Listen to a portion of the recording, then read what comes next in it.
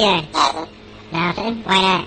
Trying to get on this Lifestyle Radio website. Sounds like a cool website. Yeah, it's alright. Oh, I might have it. You might have it. You're listening to Lifestyle Radio. The opinions expressed during this show are those of the individual participants and do not necessarily reflect the opinions of their associated organizations or Lifestyle Radio.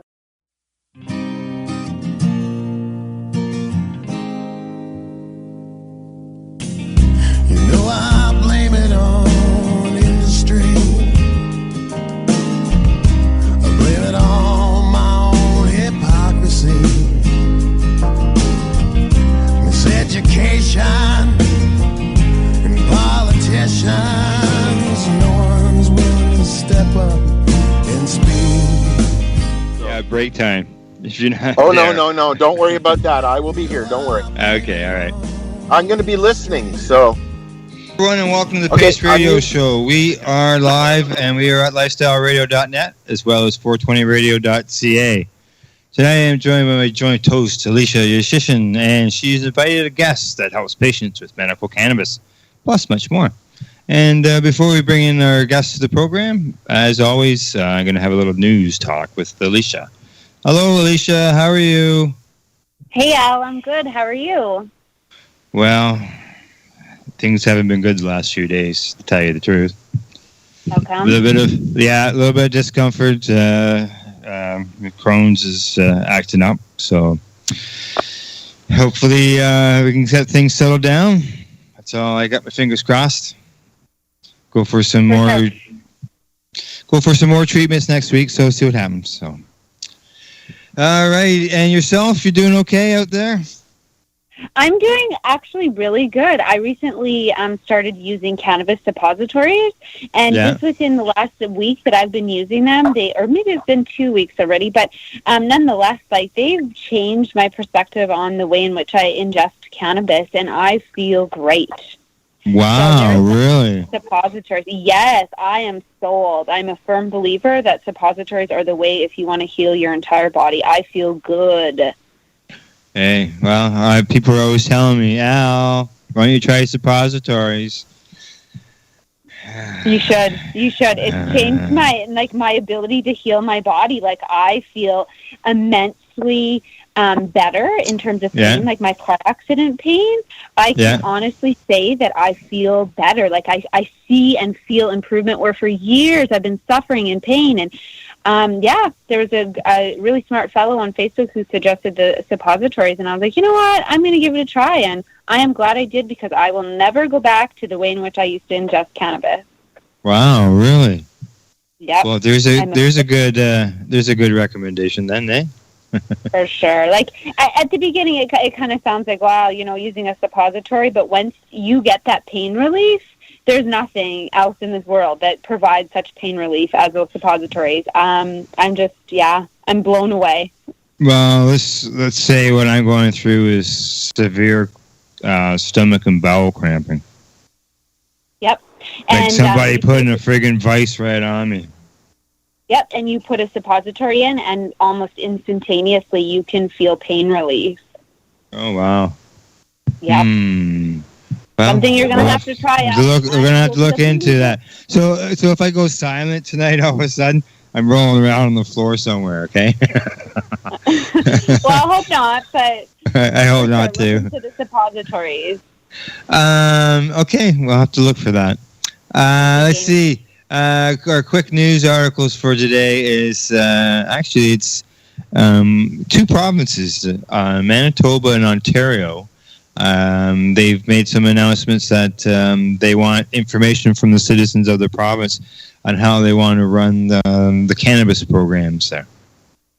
I think that's smart. I think that's what they should be doing. The Trudeau government did, I guess, similar research when they were coming up with the task force, but I appreciate that. And I think that Manitoba and Ontario and BC will be the forerunners on cannabis legislation, most definitely. The one in Manitoba is a 15-minute survey. Really? Yeah. They say they don't understand anything about the cannabis substance and how people use it. So they say this is an opportunity for people to have their voices heard. What else do they say here in Manitoba? They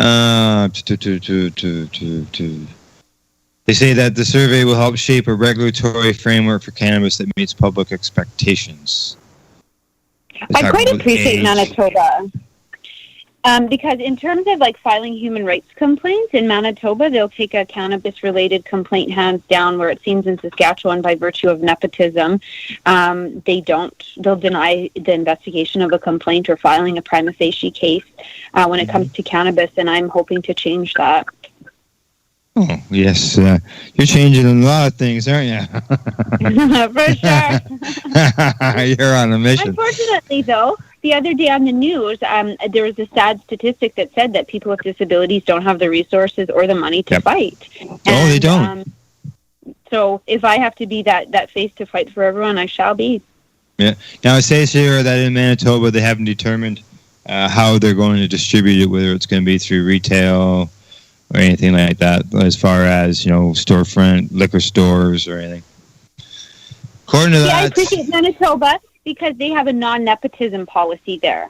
So you can't hire your relatives like they do in Saskatchewan. So that's how they deprive other people of their rights, especially cannabis human rights. Yeah. So I applaud Manitoba for their work in that. For doing a poll. Yep. Well, some of the other provinces have already started something like this. And finally, here in Ontario, where I'm located, they have finally announced what they're going to do, and basically they just want you to write them. There's no poll, no survey thing. They just say that share your feedback or share your feedback to help us develop a responsible approach to regulating and selling cannabis. Your feedback will be reviewed by the Attorney General to help create legislation in Ontario. We got until July the 31st. That's awesome. Yeah. So that was, it's like 4 lines, and that's about it. That much there. Hopefully they'll take the advice of the citizens, right, and make that a proactive approach to create some really good legislation, because there's beneficial things for everyone in terms of cannabis legalization. Every stakeholder has something to gain by legalizing it. Like, look at Colorado. Like, I can't emphasize with enough gusto how successful Colorado is. And so if we take a lesson from Colorado, like, we can be as successful. There should never be any more poor reserves or poverty, et cetera, with the revenues created from the legalization of marijuana. Yeah, and craft cannabis producers getting a license for $4,000. Exactly. I couldn't believe that when we were told that. Okay. Just one quick question to you before we bring our guest in, and that is, have you heard what you're doing in Saskatchewan? Sorry? There's a poll in Manitoba. Ontario wants you to write them. Do you know what you guys are doing? What's Brad Wall and the crew up to? Are they asking for any feedback? To be honest, I haven't heard anything. I think that they're going to try and just look the other way until perhaps they get thrown out of government. I haven't really heard any of their plans, but perhaps our guests can maybe provide some information in that regard. But yeah, unfortunately, I haven't heard anything. Well, okay. Well, talking about guests, we can ask them that. And so let's welcome our guest who has said helps patients with medical cannabis. So big welcome to Pat Warnecke to the Pace Radio Show. And Pat, if I messed up your name, I'm sorry, man. No worries. Thank you. Glad to be here. Oh, good. Now, you want to pronounce your last name properly? Yeah, it's Warnecke. Warnecke. Oh, okay, good. Warnecke. All right. Yeah. No, there's not a lot of Smiths and Jones, I'll tell you, in Canada. Especially from Saskatchewan. Yeah. Well, look at yours, right, Alicia? So, okay, Pat, basically what's going to happen here is I'm going to let Alicia start with the questions. I'll jump in along the way. We'll have a break at the bottom of the hour, and we'll keep going along until 9:30 our time, Eastern, here. And we'll go from there. Sounds good. All right. Okay, Alicia. So welcome, Pat.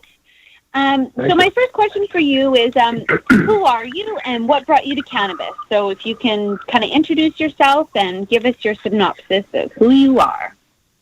Yeah, sure. My name is Pat Warnecke. I'm from Regina, Saskatchewan. I've been in the cannabis industry for approximately 13, 14 years, I guess, now. I guess I started off with cannabis back in the day because I have psoriatic arthritis.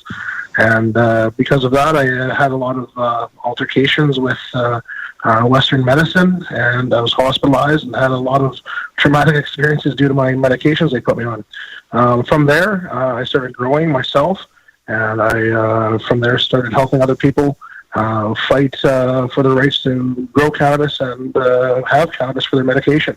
From there, we started educating people, and since then, we've opened up a series of dispensaries, I guess, across the prairies here. And we try to help patients. We have a lot of patients that we help on for multiple issues, obviously. And we have a really good staff of educated and experienced people that we've gathered from as far away as Vancouver. And we're proud of the knowledge they bring to the table, as well as the experience. So. We broke waves here in Saskatchewan, obviously, with a very conservative government. We've had to really push our way through. And so when you say conservative government, so do you feel that you're supported by the government, or are you just kind of overlooked? What's the position there of like law enforcement and government? Well, it's a sticky situation in Saskatchewan. Obviously, there's a very famous raid that happened here in Saskatoon a couple of years ago with Mark Houck and what happened to him. Obviously, a public and media fight with the chief here. In Regina, we opened up a couple of years ago now, and we've been, we had to be very quiet, I guess, in the very beginning of opening. We still remain quiet, and we, we don't, we're not very loud. We don't advertise and whatnot, but through word of mouth, we've made an impact here. But for the most part, the police have been very good with us in Regina. We actually had a break-in where we helped solve the case and show them who it was because of our good camera system and security system, and they got nothing. So that was really our first altercation with them, and they seem to be very supportive, I guess. We've also had a lot of reason, I guess, for them to be supportive. We've actually had a lot of high-ranking politicians whose family members come and see us in Regina.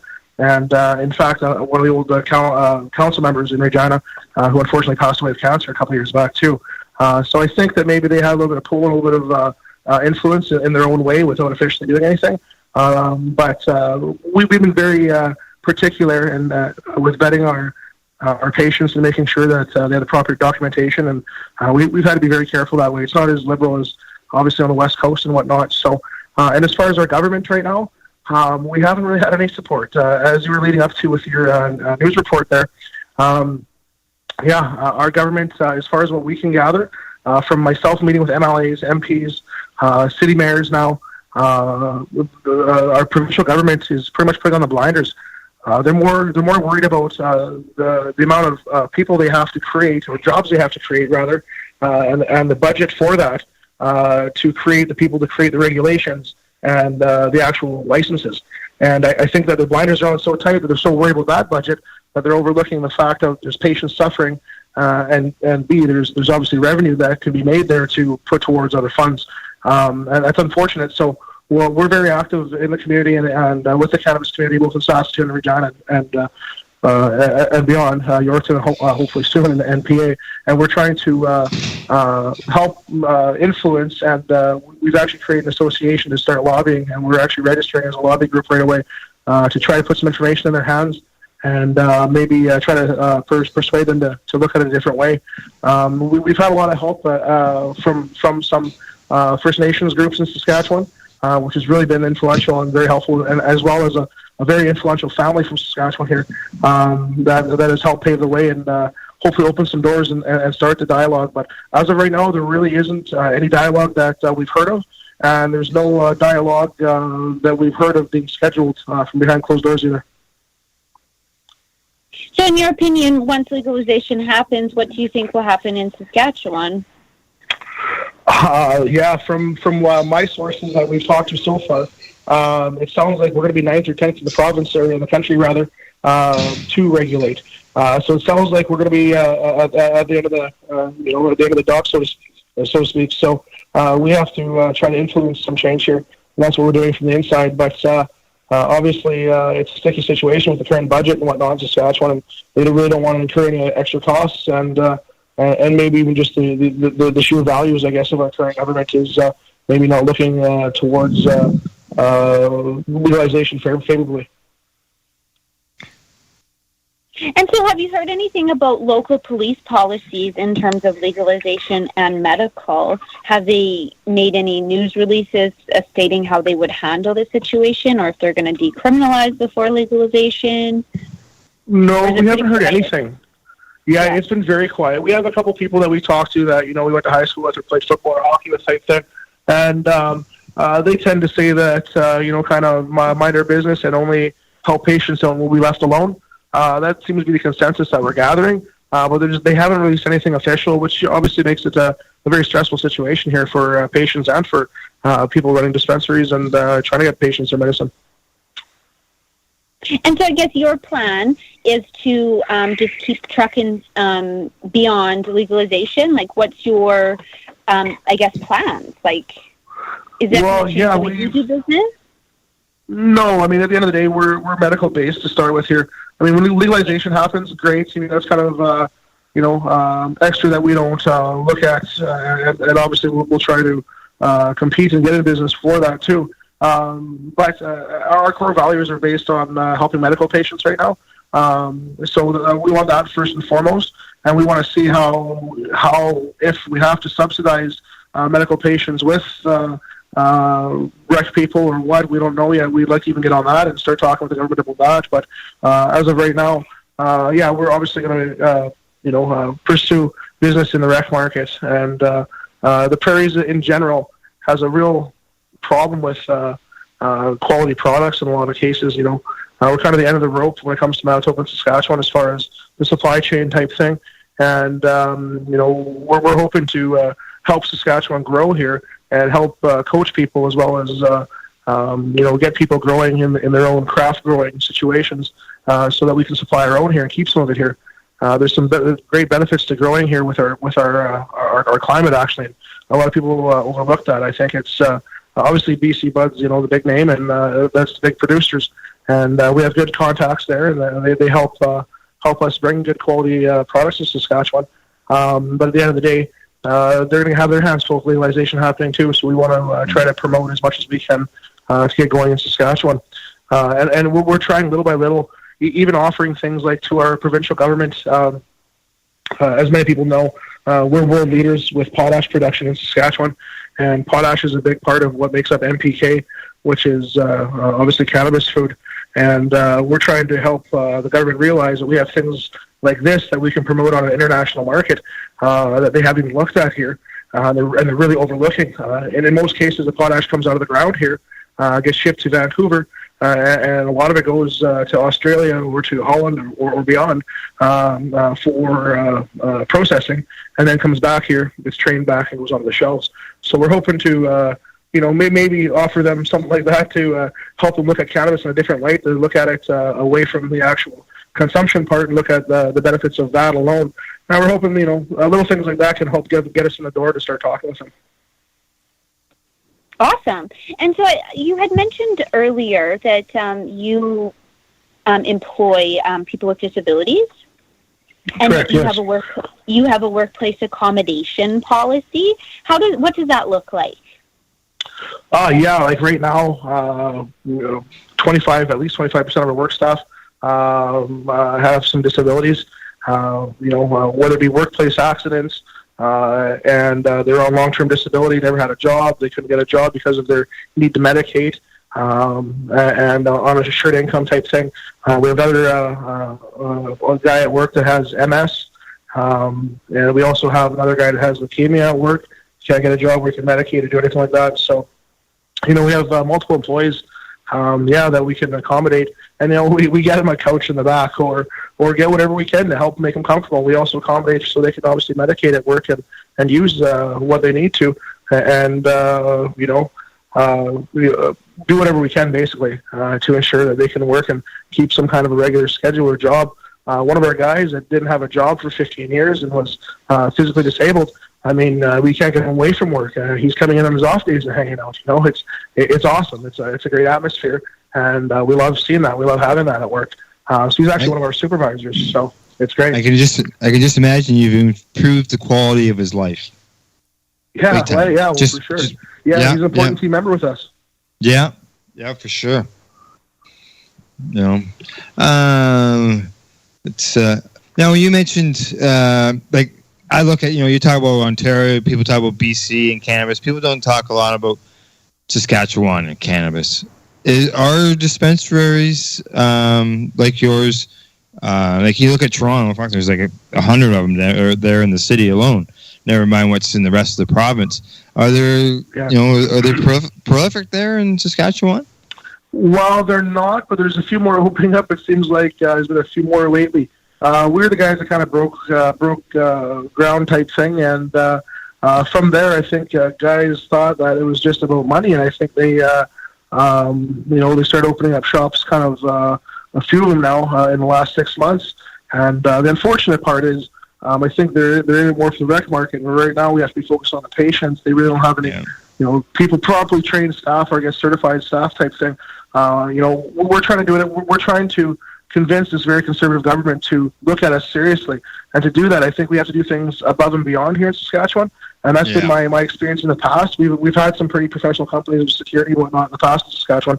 And by going above and beyond, we think that's, a way to make that change. And unfortunately, some of the places are, opening up in not so great places type thing, or being kind of shady type thing. And unfortunately, you're going to have that all around. But if the government stepped up at this point and made regulations or made a licensing program, well, then that would chase some of these people out. So now that's just Regina. Now, Weyburn City Council has actually been very, very good. They actually accepted the dispensary down there.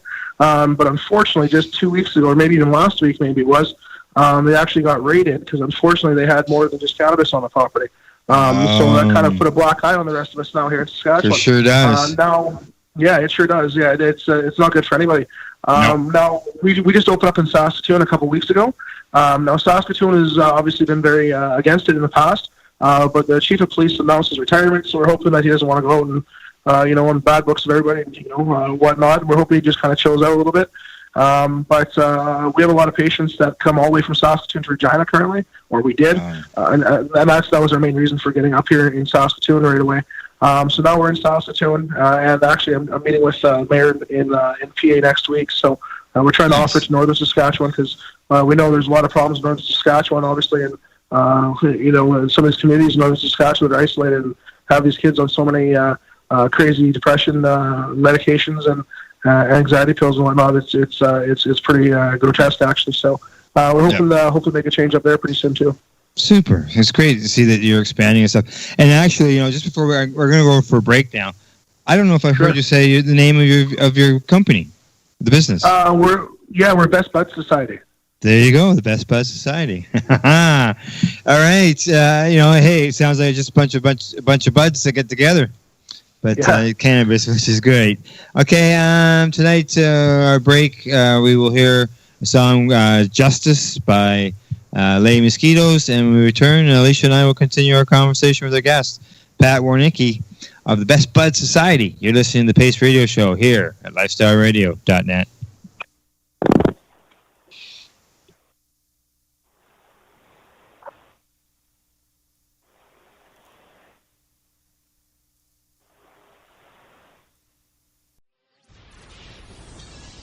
You're listening to Lifestyle Radio.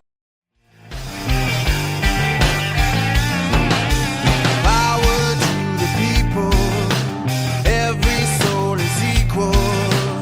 Overcome the systems and rise above the evil. The poor keep getting stronger and the rich can't. Canada, the time to act is now. These days, your customers are seeking variety. Increase your earning potential by expanding your inventory with CC Nexus, Canada's largest cannabis seed wholesaler. CC Nexus stocks over 60 reputable breeders, including Canuck seeds, with a wealth of autoflower, regular, feminized, and CBD strains. All first-time customers will receive a free pack of Canuck seeds, plus a mug, t-shirt, and additional promotional materials. Add strains and increase your profit with CC Nexus, your Canadian-owned and operated wholesaler of cannabis seeds. Discreet, worldwide stealth shipping from Canada, supporting you locally. Call today, 1-844-843-7995, 1-844-843-7995, or visit us at ccnexus.global. The following is a public service announcement from the Canadian Therapeutic Cannabis Partners Society. The Canadian Therapeutic Cannabis Partners Society is a non-profit organization dedicated to ensuring improved access to therapeutic cannabis and cannabis byproducts in Canada. With a federal government that has committed to legalizing cannabis, we feel it is our duty to ensure that the medicinal use of cannabis doesn't get lost in the process and that there are clear distinctions made between the medicinal and recreational use of cannabis. It is our mission to ensure that government regulation doesn't get in the way of a sick, disabled, or terminally ill person's right to use or produce this amazing natural health product. If you would like to get involved, you can contact us on the internet. www.canadiantherapeuticCannabisPartners.com, on Facebook, CTCP Society, or search Canadian Therapeutic Cannabis Partners. CTCP now operates a medicinal cannabis signing clinic. If you want to grow your own medicinal cannabis and are located anywhere in Canada, then I'd like to suggest that you give them a call. They can be reached at 1-613-967-9888. That's 1-613-967-9888, and grow on with CTCP. Man, have you been to Canadays yet? Canadays, Campbellford's premier cannabis culture shop at 19 Bridge Street West. They've got bongs, oil rigs, grinders, and papers. Everything you need for consumption. They've got seeds, soil, nutrients, and dome trays too. Everything you need for cultivation. Get top quality seeds from top suppliers like Canuck, Crop King, and wholesaler Nexus. Canadays. They've got all kinds of awesome cannabis novelties, clothing, and apparel. I know, right? It's a lot more than just a bong shop. Interested in gaining legal access? Canadays can help. They're a PACE information center. You know, people advocating cannabis education. Come by the shop and check it out. 19 Bridge Street West, Campbellford. Canadays. Have your say without saying a word. Canadays.ca.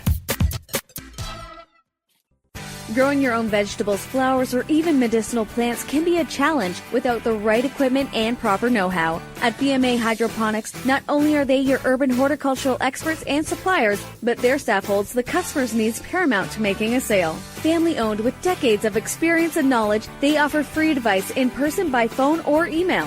BMA Hydroponics wants to ensure you have the advice you need, which is why you'll find tips and tricks on different ways to grow, like wick, ebb and flow, drip, or aeroponic system, as well as other helpful links at bmahydroponics.com. If you can't find what you're looking for, just let them know, and they'll do everything they can to get what you're looking for. At BMA Hydroponics, each staff member also possesses a federal exemptee MMAR license, making their strong suit empathy, experience, and dedication to their customers. Because when you know how to grow, you'll have results that make you proud. BMA Hydroponics in Belleville, Ontario. Visit bmahydroponics.com. BMA offers cannabinoid testing, so if you want to prove you've got good medicine, head to BMA Hydroponics and prove it.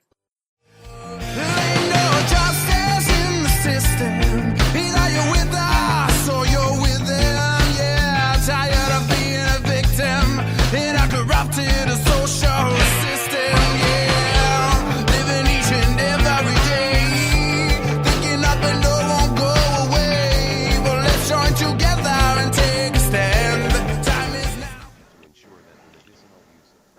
Hey, we're back. We are the Pace Radio Show, and we are live here at lifestyleradio.net, as well as over at Spreaker, TuneIn Radio, and Showcast.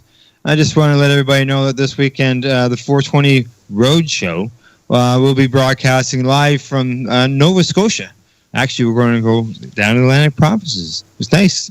Usually we're in Toronto all the time. We can do this because Ross Middleton is attending the 10th annual Mum Harvest Fest and John Cook Memorial Cup. Ross and the 420 Road Crew will be talking with the vendors, participants, as well as organizers of the event, which some of the events that are happening include seminars and demonstrations. So tune in Saturday just after lunch to catch another installment of the 420 Roadshow here at Lifestyle Radio and 420radio.ca. Tonight on our program, we're joined by Pat Warnecke of Best Bud Society and my joint host, Alicia Yashishin. Well, Alicia, where do we want to go from here? You did such a great job that first segment. I thought I'd just let you keep right on going here in the second one. Awesome. Sounds good. All right. I guess I have a question about reservations and Saskatchewan and your perspective on the economic development in terms of cannabis. What do you foresee in that regard? Well, obviously, that's a tough question. There was a big problem with economic development on First Nations communities. We're working with we're working to help consult with several groups of First Nations here in Saskatchewan right now. They've been linking up with another LP in Saskatchewan, and they're going to be putting a couple satellite sites of their LP license on these First Nations, and they're going to use the exhausted heat that comes off of the big scale grow-ups, and they're going to put a greenhouse there and use aquaponics and grow vegetables and create another market there and another source of employment. And then obviously from there they can put a grocery store on there and maybe even a dispensary on there. So I think it's a pretty neat opportunity. They're pursuing it pretty heavily right now. And I think it's a good opportunity to employ a lot of people. Obviously with the grow-ups being a lot of unskilled labor, it's a perfect opportunity for everybody. I think it's going to be a very neat project that we're going to hear about nationally, probably internationally. Awesome. And so you had mentioned that there's a few LPs that are offering this opportunity to reservations. In terms of like training and such, I suspect that they would train the people that they hire and in that regard to work on. Okay. And so it would be the people from the local communities working there? Yeah, for sure. Yeah, they're going to be training people on site. Obviously, there's going to be integration process and on-site training. And with the LP obviously being the controller of the license and the quality control, they're probably going to have some people there too. But for the most part, it's going to be, they're hoping 75+% ran by the people of the community there. So yeah, it's a great opportunity for people. And then obviously as people get trained, as people get experience, that percentage will go up. And obviously...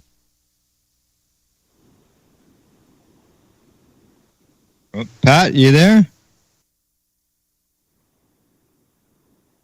Alicia. I'm here. You're there. Pat's disappeared. He got gobbled up. Huh.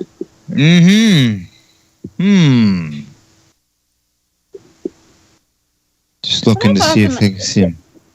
His involvement with Indigenous reserves, I think that there's a lot of productive and positive things that grow-ups could bring to the reserve if done correctly. Yeah.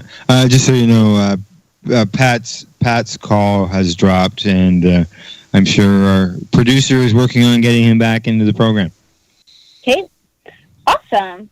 Awesome. Well, I think it's great that they're hooking up with the reserves, because they're always talking about economic stuff for people on reserves, trying to get them people out of poverty and that. And this is one way of doing it. Natural resource. They've been pumping those for years. Do the natural resources in the reserves and allow mining and stuff. Well, here's cannabis. Obviously, a lot safer. Well, for sure. I think we may have Pat back on. Pat, are you there? Sorry, do we have a drop call there? Sorry, guys. Yeah, not a problem. We got you back.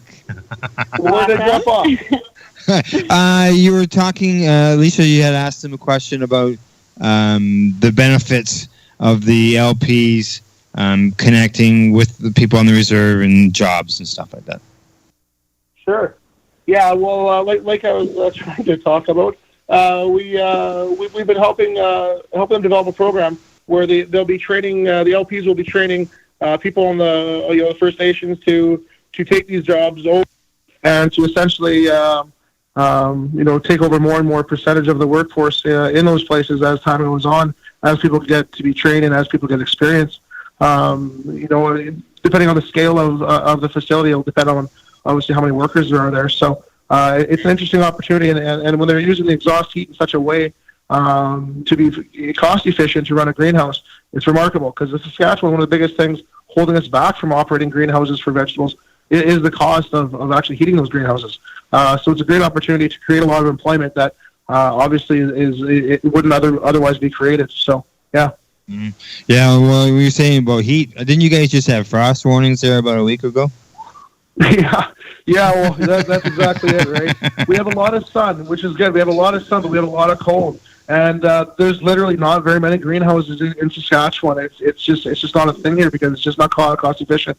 So this is an opportunity to make that cost efficient. And obviously with food going up the way it is all the time in prices, for these communities to control their food sources or some of their food sources, or to make another economic venture out of it, it's a great opportunity.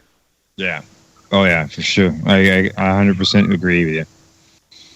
And so what's the philosophy of Aboriginal people in terms of cannabis? Because I'm sure that there's probably an opiate abuse epidemic amongst Aboriginal peoples. So are they viewing cannabis as like a friendly medicine, or are they lumping it with all other drugs? Like, what's the perspective there? Well, see, that's the thing is it really varies between community and community. It really depends who's at the helm and who's calling the shots, really. Some people are more educated and they see it as a harm reduction approach. Some see it as a medicine, but unfortunately there is some that see it as just another drug. And some came up and they grew up in the Christian reform schools and stuff here in Saskatchewan. A lot of the elders here, and I think that they have that traditional reefer madness type approach because they grew up right in that time period. And I think that's affected a lot of their decisions because, in all reality, they don't really have an argument or reason for denying it once they really find out about it. And some have been switching their opinions, but it really does vary from community to community. And that's where education plays a key part. And in some cases, there has actually been some First Nations that we ran into that, some of their elders and their leaders in the past were big believers in cannabis. And because of that, well, then they have pretty good support in that community. And just 40 kilometers over in the next community, they're dead against it because of whatever experience or whatnot in the past. So it really does vary. And we're hoping to help educate that, and we're hoping to have more and more forums as we go along. We've been meeting with regional councils. We've been meeting with obviously different First Nations and doing just that. Awesome. Yeah, he's doing a terrific job. Go ahead, Alicia. Yeah, thank you. And so, in terms of legalization, is that kind of sparking more interest amongst the Aboriginal peoples, or is it strictly like medicinal purposes, or it doesn't really matter? Well, again, you have different opinions. You have some First Nations that are looking at it and they want a dispensary on their community because they want access to it. I think a lot of people in big cities in Canada fail to realize that these already marginalized people are the most marginalized in the cannabis world in Canada too. A lot of these people are getting $15 and $20 grams, and it's a half a gram or three quarters of a gram, and they're getting the shittiest product that is out there. I've seen it. I've been out there.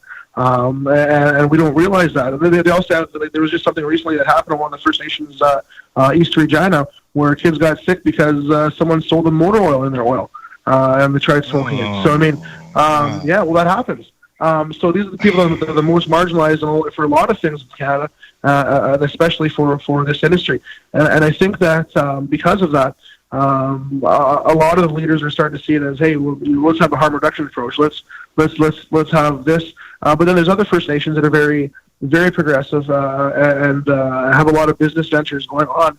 And some of these First Nations are the ones that are looking at the bigger picture and looking at some big developments and big grow-ups, and they're looking at international trade and so on. So I mean, you kind of have both ends of the spectrum. Yeah, we have a few reserves in the area I am here, and they have dispensaries in both of them. You know? Yeah, in Saskatchewan, there's none right now. There's none here, and we have 120 plus reserves here. Wow. But there's none currently on any of the First Nations in Saskatchewan. We also have a lot of Métis settlements and whatnot, and there's none for that either. And we have a big population up north in a lot of these desolated and isolated communities that are like literally in the middle of nowhere. And for the price of products up there is remarkable. Like we're talking, $25, $30 a gram. So I mean, and that's why these people are forced. I shouldn't say forced, but in a way, to use alcohol or to whatever. I mean, if people don't have any other kind of outlets, well, they're going to use what's available to them, and unfortunately, that causes a lot of problems. Yeah, that's where cannabis can come in as a harm reduction for the abuse and everything else. Oh yeah, right up there. But I think probably maybe the elders look at it as it's another drug, and they're worried that our federal government going on about brain development and how it affects people's brains for the young kids. Mind you, more damage is caused by youth sports. What was that? I said the fear-mongering is definitely strong. Oh, big time. Well, they say the dragon always fights the strongest before it dies. So hopefully they come up and they're trying to perpetuate all this public harm and public safety and whatnot, which is good, and we have to keep that in consideration, obviously. But to the level that they're saying is extreme. I mean, just show us one major case and where it's actually done these things that they're saying, and they can. I mean, more people get hurt of toothpaste a year than they do of cannabis. So, I mean, these are the actual stats and figures that have to be brought out so that they can see this. And the fear mongering's got to quit. I hope at one point in time here. Peanuts are more dangerous than cannabis. Yeah, exactly. Okay, let's see. We talked about the police and the city and stuff like that. Now, when it comes to supply, I guess, do you, because we're talking about standards earlier, do you have certain standards that are required for your growers that supply, your customer base? Yeah, I mean, obviously we go through all of our products. We want no pesticide use. All the growers that we're dealing with, I've went through their grows and whatnot before. We haven't implemented full testing yet, but we actually just finished talking to a guy last week here. We're going to be starting to do testing at least on half our products in the next couple of weeks here. But for the most part, I trust these growers. These craft growers that have been through their grow-offs. I know they're guys that just cut and burn like I do. If you have any problems, you cut and burn, and you don't bother putting crap in there. But through experience and the experience of some of the people that we have on our staff, we don't accept any mold.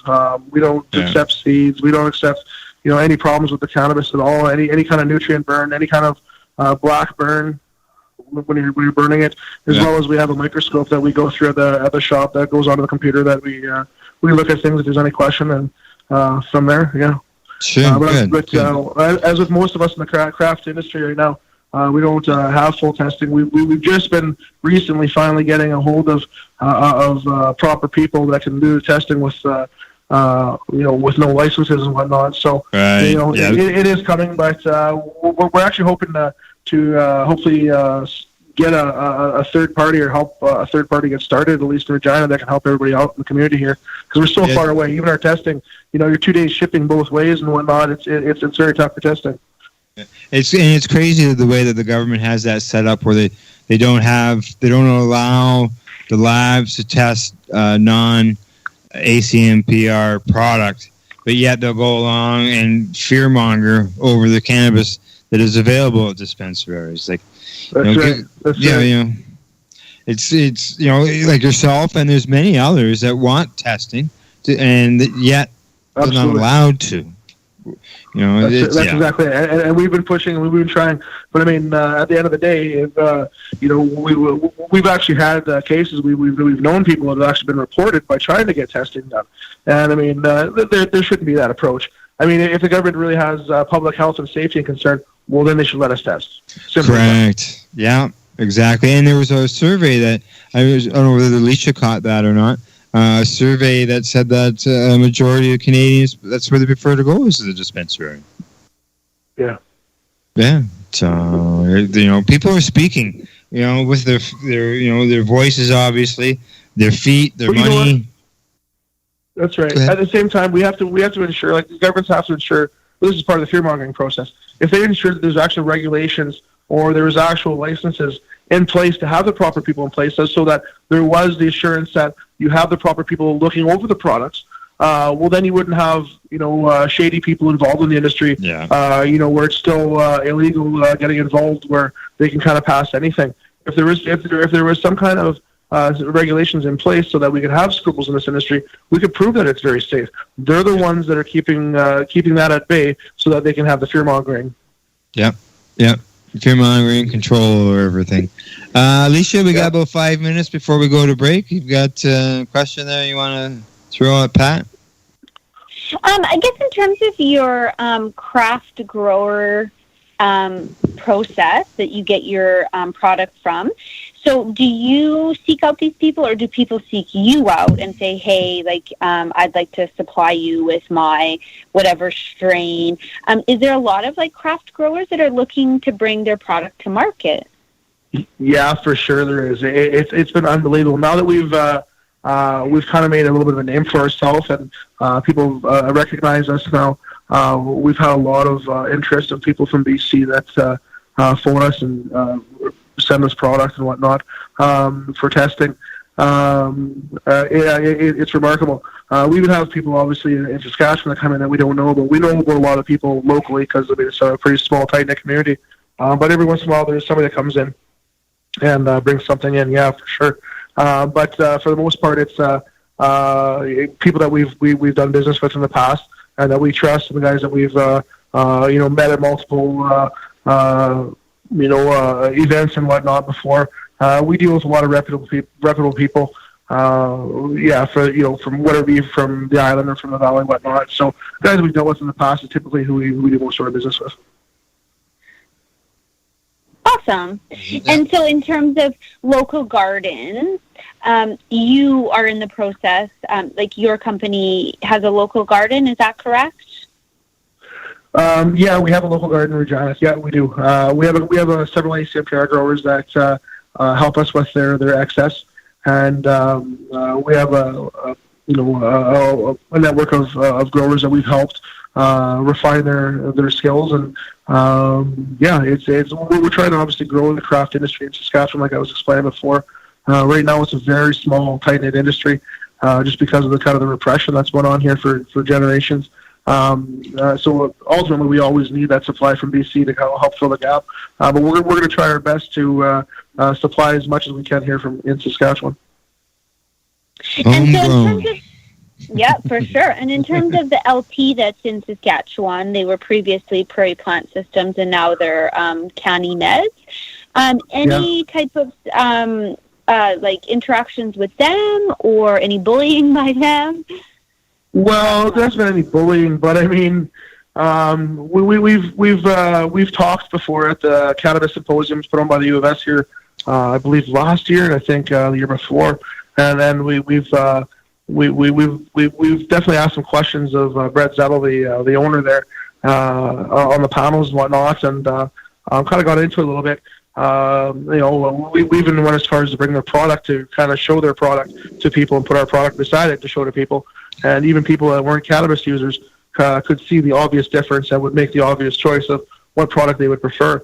And that's unfortunate because we kind of asked them for some inclusion, some kind of information, and help to educate people. But unfortunately, they kind of want to repress some of the information. And the owner himself was proud of the fact that he's never used it and would never use it. And I just thought that was interesting thing to say. Before the government issued their license as PPS, they gave him $15 million. And I read a report where he said he'd never even seen a cannabis plant before. And the government's handing him $15 million to get started. Yeah. It's remarkable. The kid on the street had more knowledge. Yeah, it honestly is remarkable. We've like I said, we've kind of busted his grill a couple times before on questioning and us and stuff. But he has no problem going to city here and kind of reporting us. There's not actual bullying going on by him, but we know that they've reported us and they reported guys like us, like Mark and stuff before that were operating here in Saskatoon. I mean, this is his territory. He's protecting his territory, and he's a businessman. I mean, I get it at that point, but I think because he's not a cannabis user, he doesn't get the cannabis community. He doesn't get the whole patient aspect of it. So if that's the case, maybe they have the wrong people running these LPs, I guess, at the end of the day. They have the business people. It's not the patients who are involved in this all the time. Yeah, correct. Exactly. You see all that. So, we actually have a very famous. We have one of our patients that we help out. We actually have a commercial about him, and a lot of people have seen him around the Regina area. And he was actually getting products from that that LP there. And I mean, when parents have to give their kids a diluted product that is made from olive oil, and the kid has autism and is a teenager or whatever else, it's tough to give that to a kid. It's tough to make a kid swallow all of that, and they have to give the kid so much of it, and then it ends up costing $86 or $100 a day for that product for a kid. Well, what parent can afford that? And the government isn't covering it. So what these parents do is they end up coming to a dispensary because they can get a high potency product. They can get an RSO, a Phoenix tier, and they can get it for $16, $20 type thing. For enough to treat the kid for the day, So what's the parents to do? So now they're putting parents in a bad situation. That they actually either have to go broke trying to get rid of kids' seizures or whatnot, or they have to break the law by going into a dispensary. And it's an unfortunate situation. And I think the common sense has to prevail out of this. Yeah, and that's that was part of the arguments before the Supreme Court of Canada, is that patients are being forced to break the law, which. That's right. Which didn't make sense. So, all right, commercial break time. Time to hear some more of the not the Tall Brothers, but from the Lady Mosquitoes and Justice. And as always, Alicia and I will continue our conversation with Pat Warnecke of the Best Bud Society when we get back after the break. You're listening to the Pace Radio Show here at lifestyleradio.net. And after the break, you're listening to the Pace Radio Show here at Lifestyle Radio. You're listening to Lifestyle Radio. Every soul is equal. Overcome the system and rise above the evil. The poor keep getting stronger and the rich can't feed the younger. Growing your own vegetables, flowers, or even medicinal plants can be a challenge without the right equipment and proper know-how. At BMA Hydroponics, not only are they your urban horticultural experts and suppliers, but their staff holds the customer's needs paramount to making a sale. Family-owned with decades of experience and knowledge, they offer free advice in person, by phone, or email. BMA Hydroponics wants to ensure you have the advice you need, which is why you'll find tips and tricks on different ways to grow, like wick, ebb and flow, drip, or aeroponic system, as well as other helpful links at bmahydroponics.com. If you can't find what you're looking for, just let them know, and they'll do everything they can to get what you're looking for. At BMA Hydroponics, each staff member also possesses a federal exemptee MMAR license, making their strong suit empathy, experience, and dedication to their customers. Because when you know how to grow, you'll have results that make you proud. BMA Hydroponics in Belleville, Ontario. Visit bmahydroponics.com. BMA offers cannabinoid testing, so if you want to prove you've got good medicine, head to BMA Hydroponics and prove it. Man, have you been to Canadays yet? Canadays, Campbellford's premier cannabis culture shop at 19 Bridge Street West. They've got bongs, oil rigs, grinders, and papers. Everything you need for consumption. They've got seeds, soil, nutrients, and dome trays too. Everything you need for cultivation. Get top quality seeds from top suppliers like Canuck, Crop King, and wholesaler Nexus. Canadays. They've got all kinds of awesome cannabis novelties, clothing, and apparel. I know, right? It's a lot more than just a bong shop. Interested in gaining legal access? Canadays can help. They're a PACE information center. You know, people advocating cannabis education. Come by the shop and check it out. 19 Bridge Street West, Campbellford. Canadays. Have your say without saying a word. Canadays.ca. Hi, this is Al Graham of the Pace Radio Show. Are you keeping pace, as in keeping people advocating cannabis education? If you're not, and you're a cannabis consumer, then why not? Others are working hard every day to help educate people about cannabis so you can enjoy your daily 420. Get involved and speak out. Be loud and proud so that you can keep pace. Tune into the Pace Radio Show every Wednesday at 8 p.m. Eastern Standard Time to hear about people advocating cannabis education here on lifestyleradio.ca. Canada, the time to act is now. These days, your customers are seeking variety.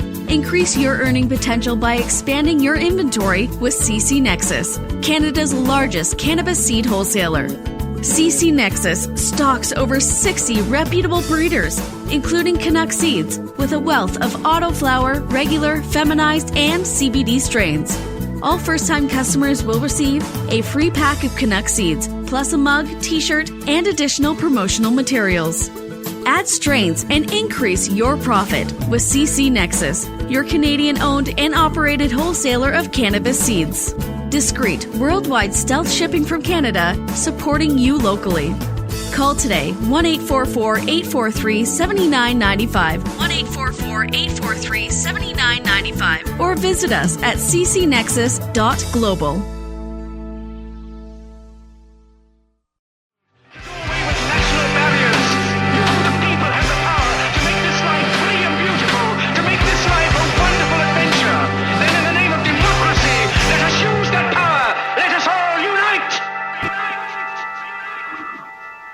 That's right. We all got to unite and get together and end prohibition of cannabis and make sure that the government understands how we want it to be and not how they want it to be.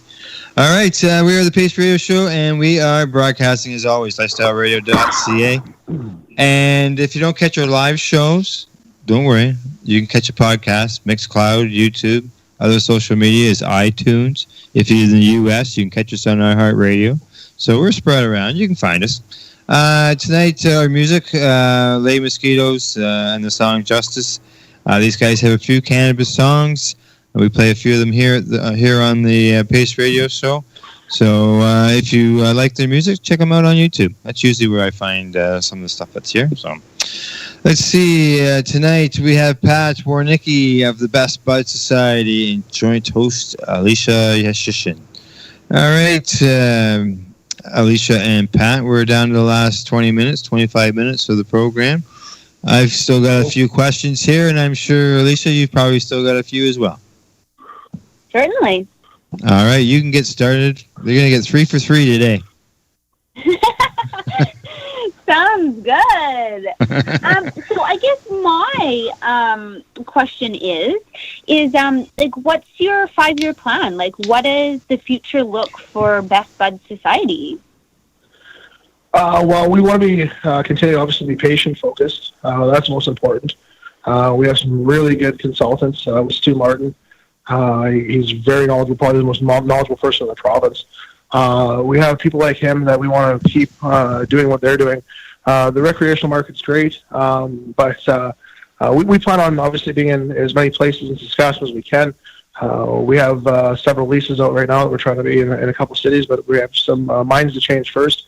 And we're already opening in Alberta, actually, in 3 weeks. So we hope in 5 years' time to be having several locations across Western Canada, and that's kind of the plan. Wow, that's great. Like, really? Yeah, thank you. Yeah, because we have Kamloops going right now. Because there seems to be like from here in Ontario, Saskatchewan, Manitoba, Alberta, especially Saskatchewan and Alberta. We look at that like really super conservative provinces, and when it comes to cannabis, it seems to be a big hole there. So it's good to see that somebody like yourselves are stepping up and helping patients, man. Thank you. Yes. All right, Alicia?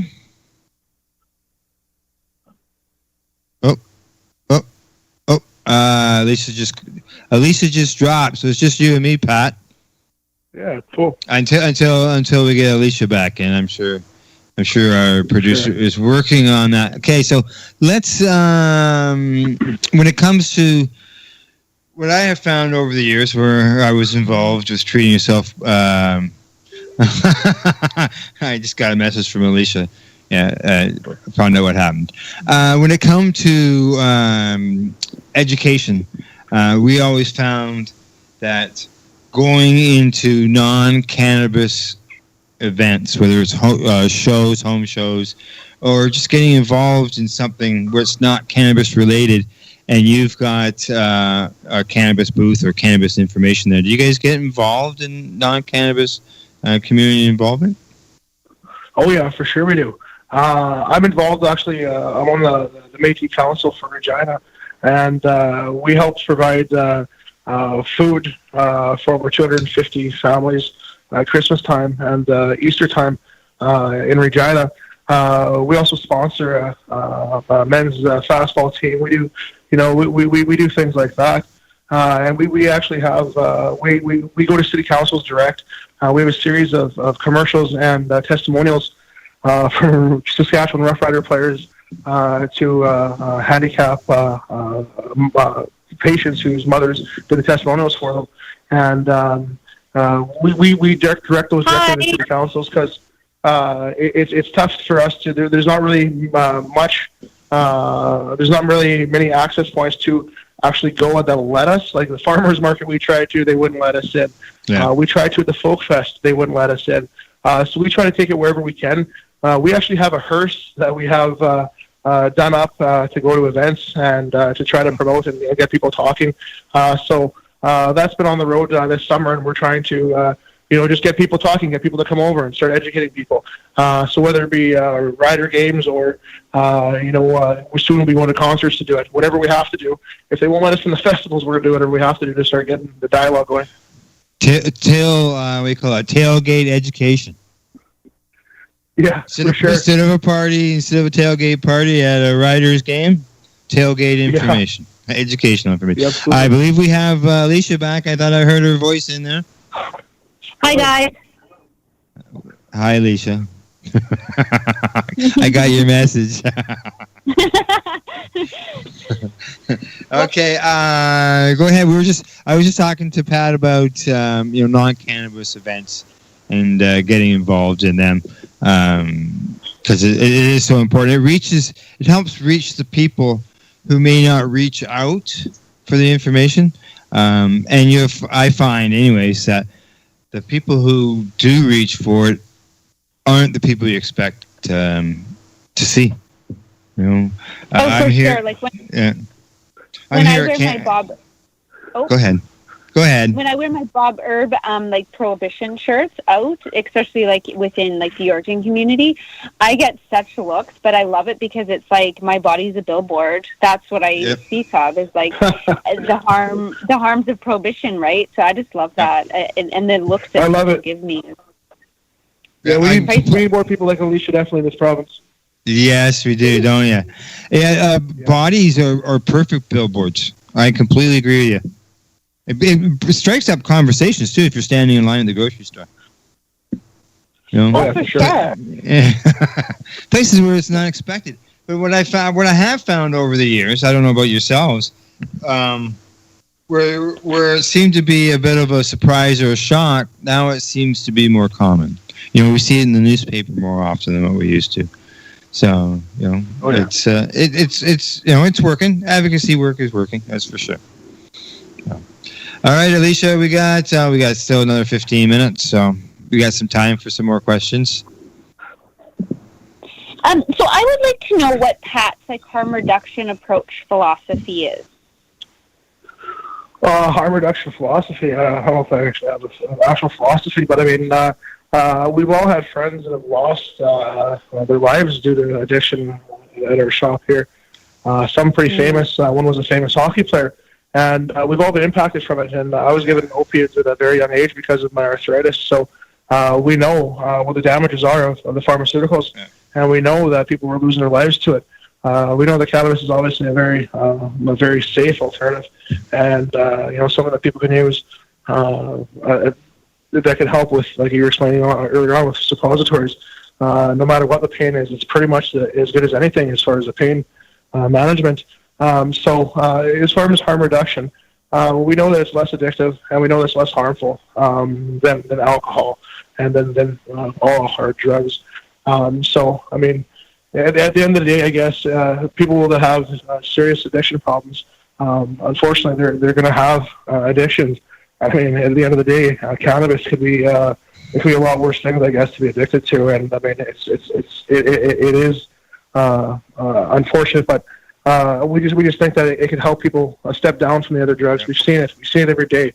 We have top doctors that have methadone clinics in Saskatchewan that are now not just keeping people on methadone, but they're starting to send people to us, and they're starting to get people to start using indicas or to start having edibles or whether it be Phoenix tears, and they're starting to open the dialogue up. We have Dr. Didi in Regina. He is amazing. He has several methadone clinics across the province, and he's starting to make people step down and start using cannabis instead.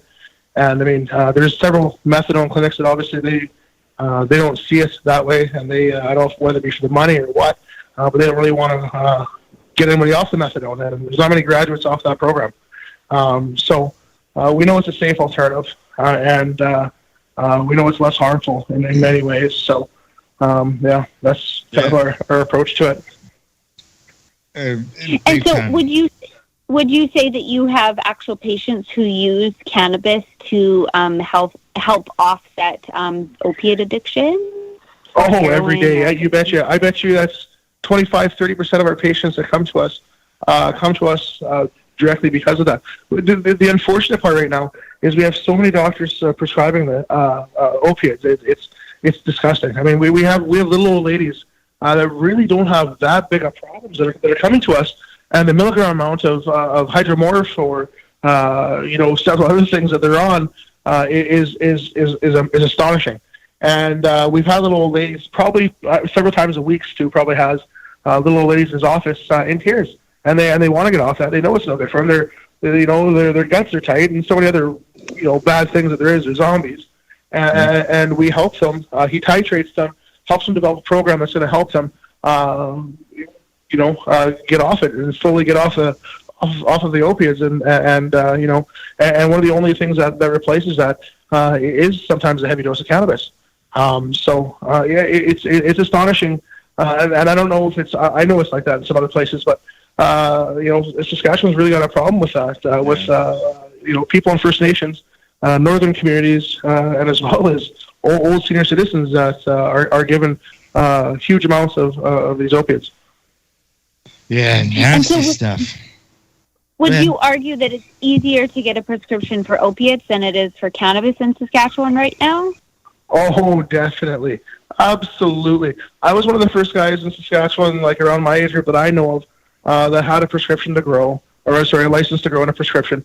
And I mean, at a very young age, because of my psoriatic arthritis, they were giving me an astonishing amount of OxyContin. And, obviously this is going back probably 15 years now. So we all know the problems that were occurring with that back then.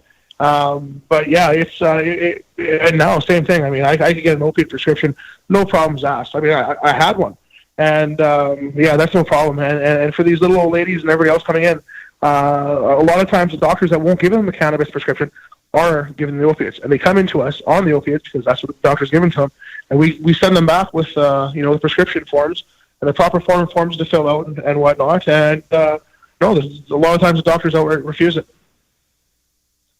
Saskatchewan's had a tough problem with our college of physicians here has repressed the doctors for a long time, unfortunately. And we've heard from several doctors that we've talked to, and they tell us all the time that after a certain number of prescriptions of cannabis, they get a talking to, and then they get brought in front of a board. But the numbers of opiates they have to prescribe to be put in that same situation is absurd. Oh, yeah, and look at it's an epidemic North America wide. That's part of the argument going on in the U.S. is how much money they're going to fund for opiate addiction. it's phenomenal. Like I know myself as a patient, I'm so glad that back in '03 I made that decision where I wasn't going to take opiates from my doctor. I wanted cannabis, and and I haven't had a prescription for an opiate drug since I left the hospital. So you can do it. People can do it. For sure. Yeah. Yeah, it's a rough go sometimes, for sure. And that's why the suppositories, like, I can't emphasize with enough gusto how, like, even narcotics never gave me that pain relief. Like, even really? Blitzed out on morphine and having heroin, like, put right into my veins, I didn't get the same pain relief that I do with the suppositories. Like, I'm just blown away. There's something to it. Alicia's totally right with this. She's totally right. We have many people, if people with severe problems that are on opiates, suppositories are the best way for sure. I mean, we have people that have some severe problems, and we have one that helps us speak as a testimonial, and he uses suppositories, and he's clear as, and he was on over 5,000 pills a year. So. Oh. Wow. And that's a vet. That's one of our vets that we have. That's one of our patients. So, I mean, it's for real. I mean, suppositories, and you don't get high from it either. So if people have a problem where they want to say, hey, I don't want to feel a buzz, I don't want to be high, and they have many conditions where they need to get it in, I mean, it's the best way to do it.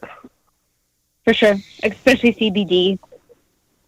Yes, yeah, for sure. I was a bit disappointed that I didn't get high, but I'll take the other feeling. Yeah, but you can take an amazing amount. So people with severe problems can take an amazing amount.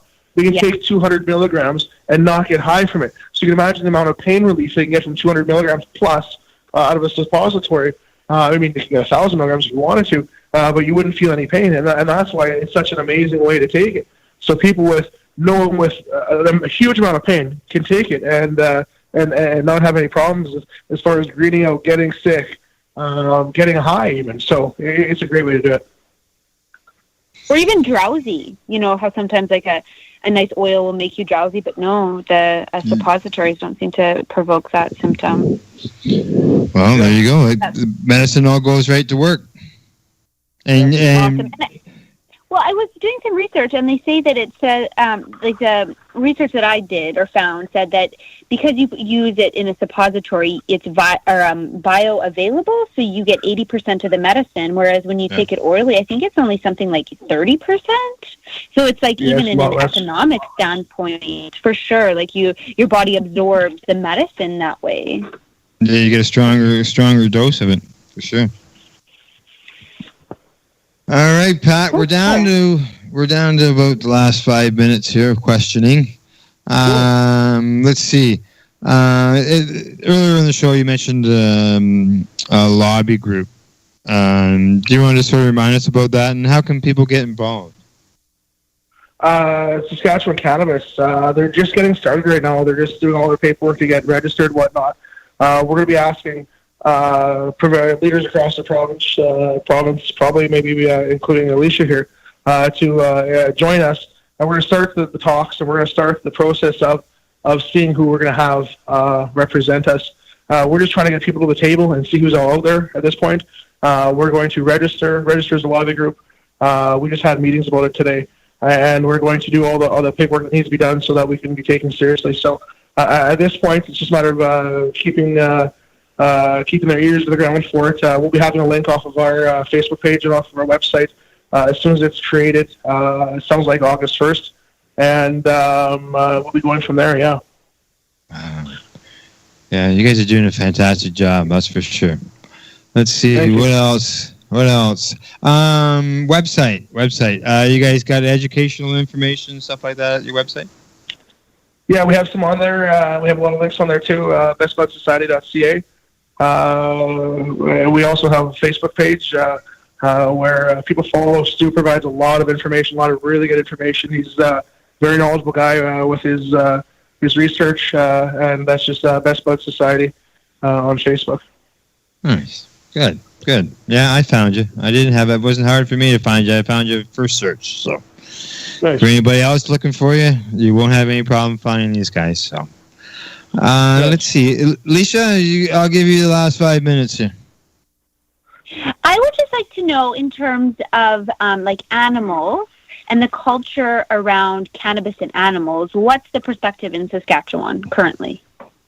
Yeah, it's interesting. We actually have probably more liberal approach from our doctors with our animals than we do with our people, believe it or not. And I don't know if it's just because of the people that I got in contact with, but we have an awesome vet, Dr. Stamen in Regina.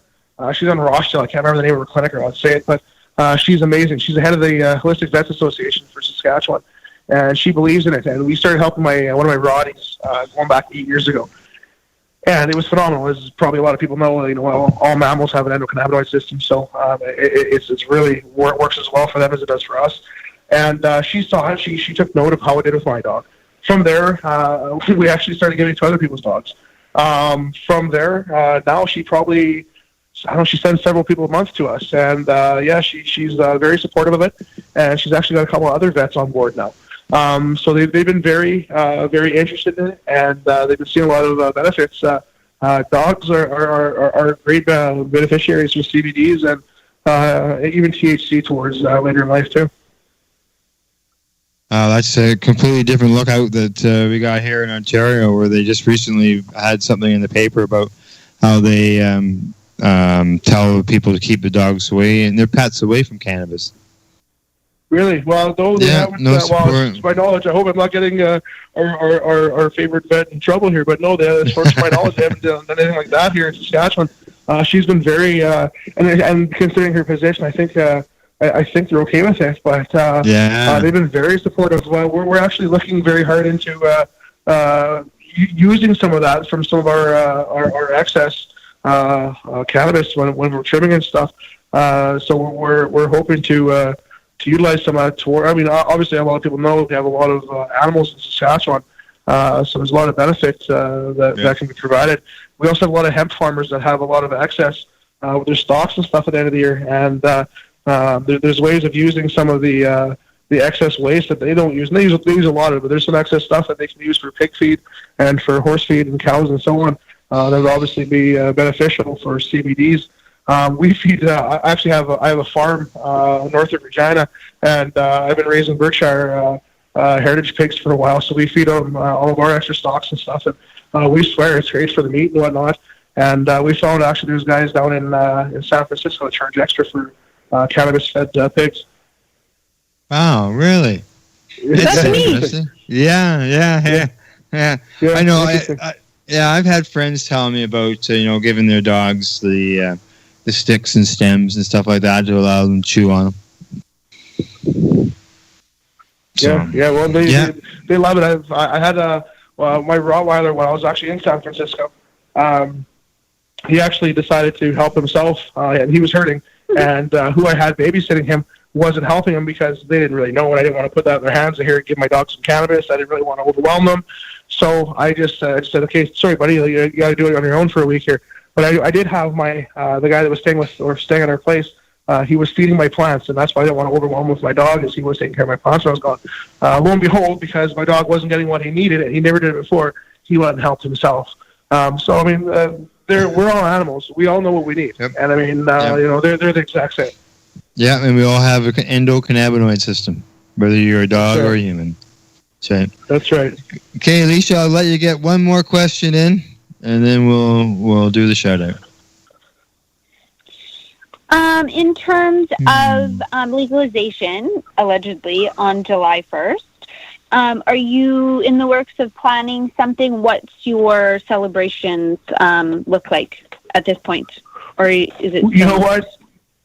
Yeah, no, it would still be in the works. We haven't even thought that far ahead. We're just trying to make sure that Saskatchewan's a part of this celebration. That's our biggest focus at this point.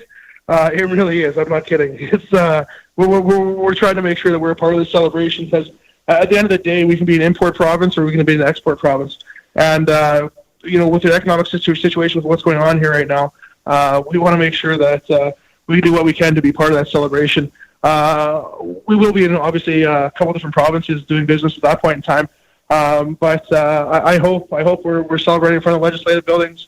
somewhere and enjoying the day, because it's been a long fight for a lot of people, and I'm sure there'll be a lot of tears shed that day. I sort of expect to see what happens as what did in Nevada.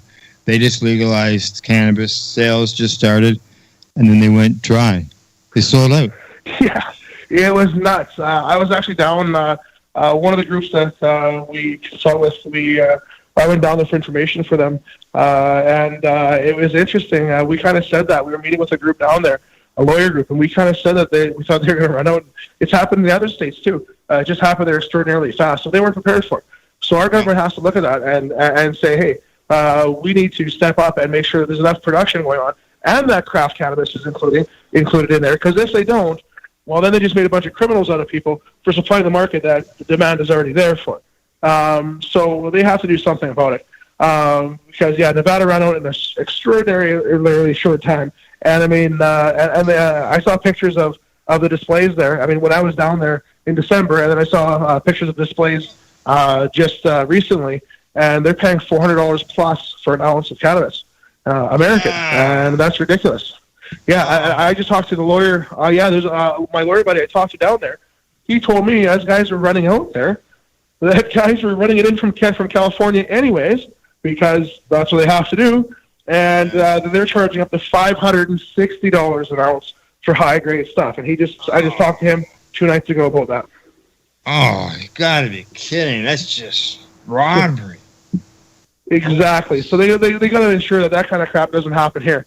At the end of the day, if you guys remember a couple of years ago, just 2 years ago, our cannabis all shot up in price too, and that was because Washington didn't have their numbers prepared at that point in time too, and all of a sudden, guys were coming up across the border and buying tons of our cannabis. All of a sudden, it drove the price of ours up here. So I mean, it happens everywhere. It's supply and demand. They're going to go to where they need to get it from. It's to drive the price up. So they have to do what they got to do to make sure that everybody's included in this, and that that they can supply the market. Okay. Well, Pat, it's been great talking to you, man. Really appreciate you coming on the show. This is the chance where you get to do a shout out. You can place a thing, website, even though you've already mentioned it. By all means, go ahead and mention it again. Anything along that line. Cool. Well, I'll just mention out to my staff at OG and Stu, and one of our best suppliers and buddies over at Scotty Skunkbeard at Skunk and Panda. We love his products, and that's my shout out. No, okay, Scott, the Panda. I think I've heard of that business before. Actually, yeah. He's a beauty. Okay. He's a beauty. Yeah, is he great? Okay, Alicia, have you got a shout out that you would like to do? I would like to shout out to Pat, and I thank him for coming on the show today. And I would like to send a shout out to Save On Foods for bringing Marilyn Monroe's dress to Yorkton, Saskatchewan. Nice. They're awesome too. And thank you, Alicia. You do such an amazing job in Saskatchewan for all the people here, Alicia. Keep it going. We need you so badly here. Thanks. I appreciate that. Are you blushing?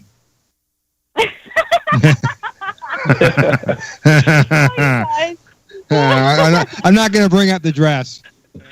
Oh.